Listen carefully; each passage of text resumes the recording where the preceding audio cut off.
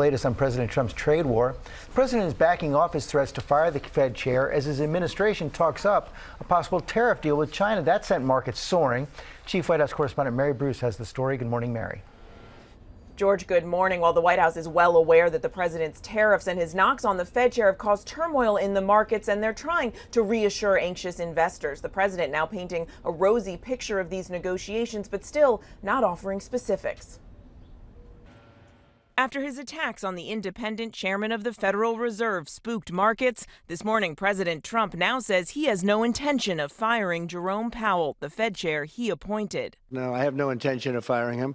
I would like to see him be a little more active in terms of his idea to lower interest rates. A change in tune after the president blasted Powell, calling him a major loser and saying Powell's termination cannot come fast enough. But most legal experts agree the president doesn't have the authority to fire Powell, who has 1 year left in his term. Trump's attacks sending markets into a nosedive. Wall Street is heading to its worst April since the Great Depression. The International Monetary Fund now warning Trump's tariffs will slow economic growth around the world, with the U.S. taking a significant hit. The White House now trying to reassure anxious investors. Treasury Secretary Scott Bessent telling investors he expects a, quote, de-escalation of the trade war with China, saying the current situation is unsustainable. But the administration is sending mixed signals about the state of talks with China. We're going to be very nice. They're going to be very nice.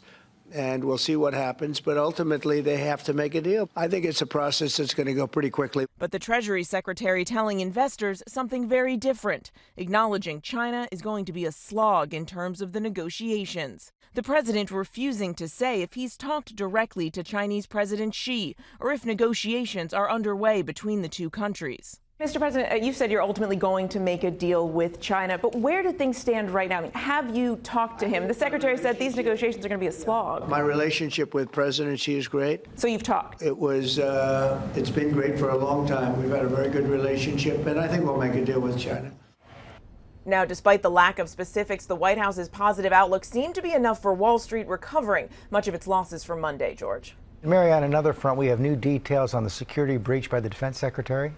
Yeah, we do. Officials tell us that the attack plans that Defense Secretary Hegseth shared with family and friends on that Signal chat came directly from the CENTCOM commander, though he used highly secure communications to share that. This is the second time that Hegseth has been accused of sharing highly sensitive military plans over Signal. The first, when a journalist was inadvertently added to the chat. Hegseth continues to deny any wrongdoing, and the president is standing by him.